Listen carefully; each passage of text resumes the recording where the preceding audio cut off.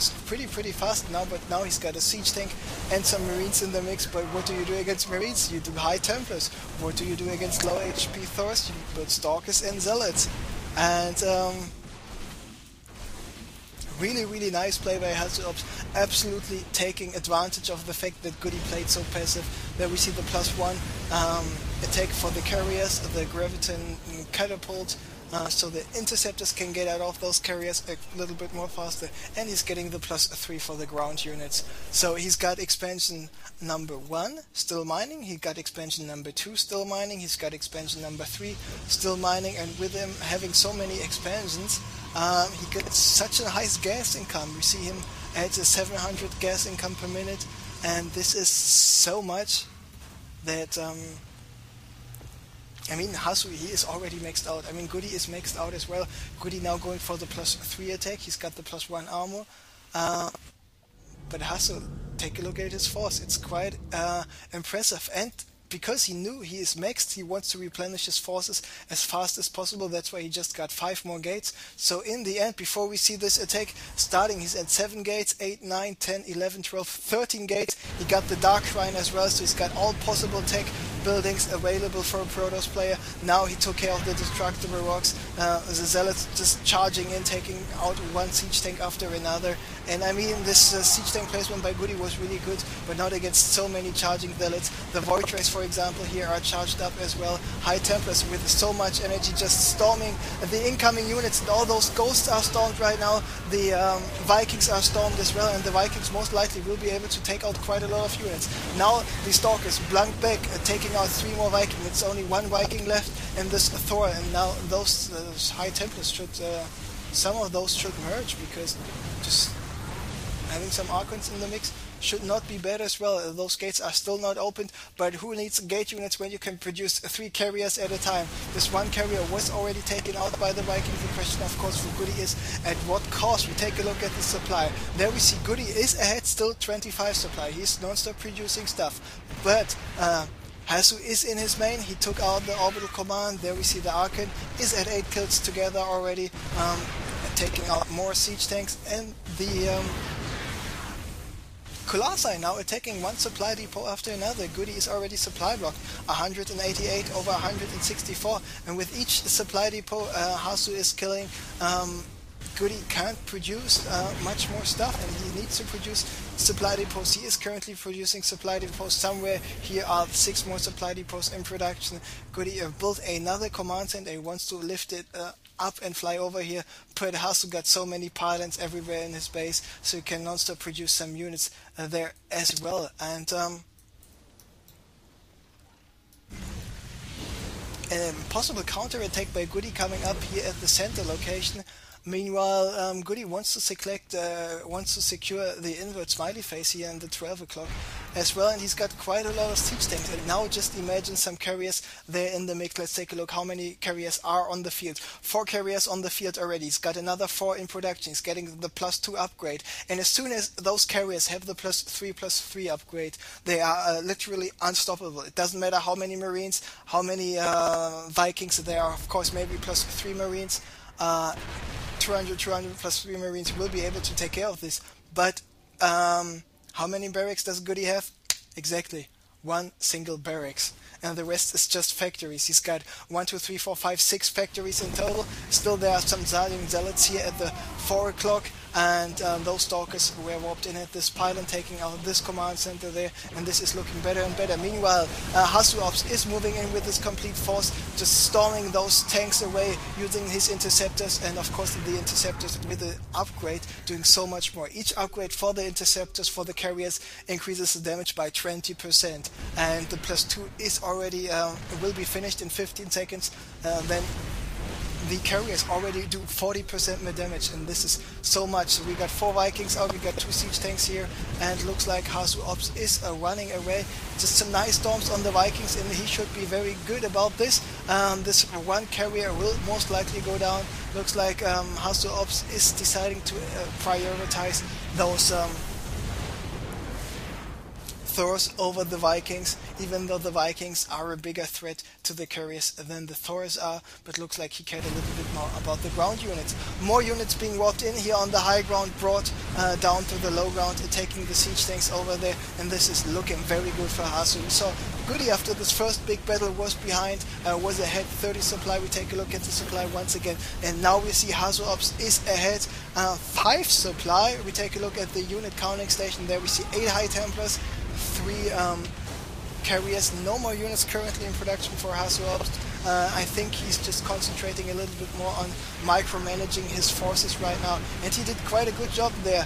GoOdy once again sieging up, of course, with so many siege tanks. He will do quite a nice job at taking out all those stalkers, and indeed he did. This carrier is running away, but instead of running away, he should just face those Vikings in battle, because those carriers got a range of 14 if the interceptors are following some of those units, and with the +2 attack, those Vikings die so fast.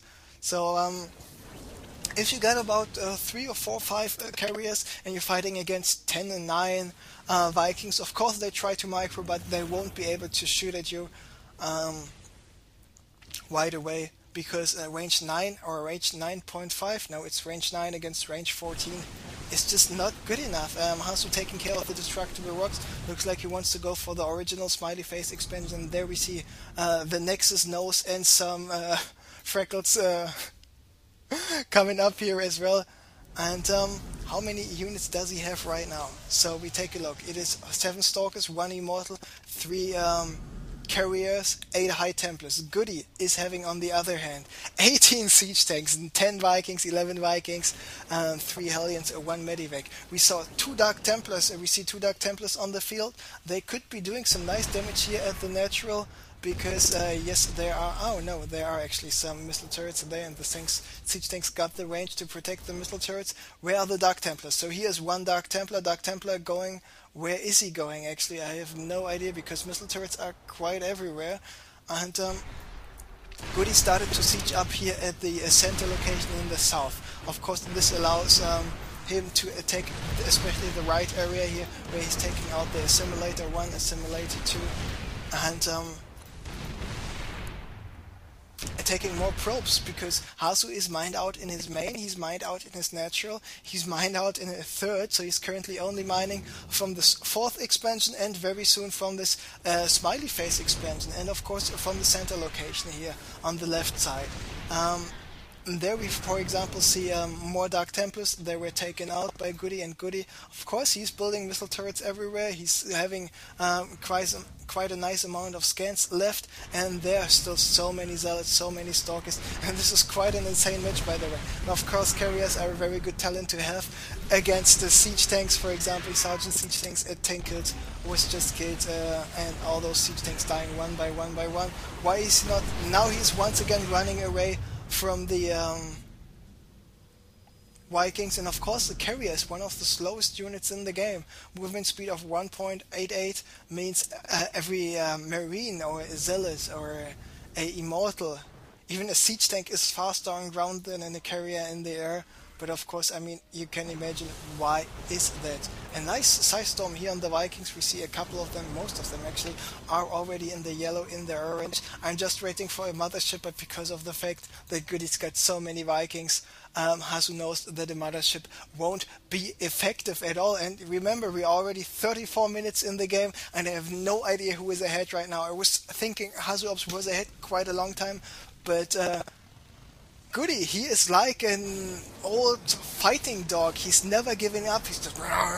He's just in there. He's biting the legs of HasuObs, and this leg's currently symbolizing the smiley face expansion. Here we take a look at the harvest account. 65 for HasuObs, 52 for GoOdy. The supply is taking 167 against 164. So those two guys are really, really equal. Once again, Hasu now dropping here some warping in some units. The Zealots get taken out very fast by the Hellions. Still don't have the blue flame upgrade. There's a Dark Templar, and of course the Dark Templar is able to do quite some damage here, taking those siege tanks. GoOdy is aware of this. He's running away. He wants to go to the range of the missile turret, the vision of the missile turret. Now the vision was provided by the missile turret. The Dark Templar died, but not before he was able to kill one more siege tank. There we have more DTs in the mix, and the DTs, more zealots and DTs. But those two zealots won't do that much damage against all those tanks here, and good job by GoOdy not to siege up all of them.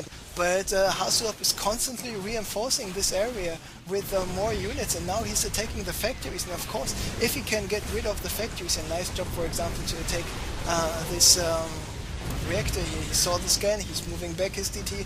Is somewhere else on the map anything happening? No, it is not, so we just can follow this fight a little bit longer now. All those powerful Vikings are reviving. We just saw a Psionic Storm, not that effective, and now HasuObs only has those 3 Stalkers, this one DT left in the main base of GoOdy, and he is moving out for the final, for a great push here in the bottom right. And the Zealot, of course, preventing this orbital command from landing there, and now with those 2 carriers, lots and lots of Stalkers, he will be able to do more damage. We have currently the production tab open, and nothing is happening.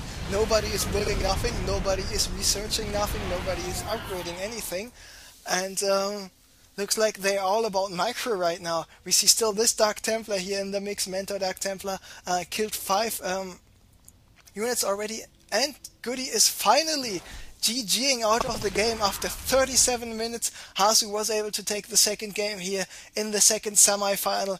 In the end, HasuObs was macroing up a little bit faster, he was containing a little bit faster. We take a look, for example, at the resources lost. It's 36,000 resources against 35,800 resources. So GoOdy was doing a brilliant job at staying alive, but in the end it was not enough. And HasuObs, on the other hand, he had Dark Templars, High Templars, Colossi, Carriers, Void Ray, Phoenixes,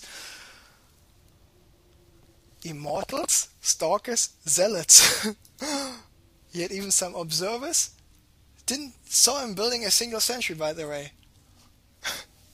But in the end, he did a brilliant job, and with his brilliant play here on Chakura's Plateau, he absolutely deserved this victory. And he is 1-2-0, and he will advance to the finals. And in the finals, let's take a look who he will face.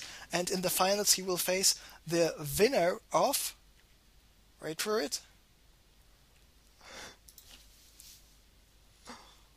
Insolence. So it will be a PvP final. So Insolence was able to win against Joe and just lost to Rebang. Insolence then just manhandled Rebang in the semifinals.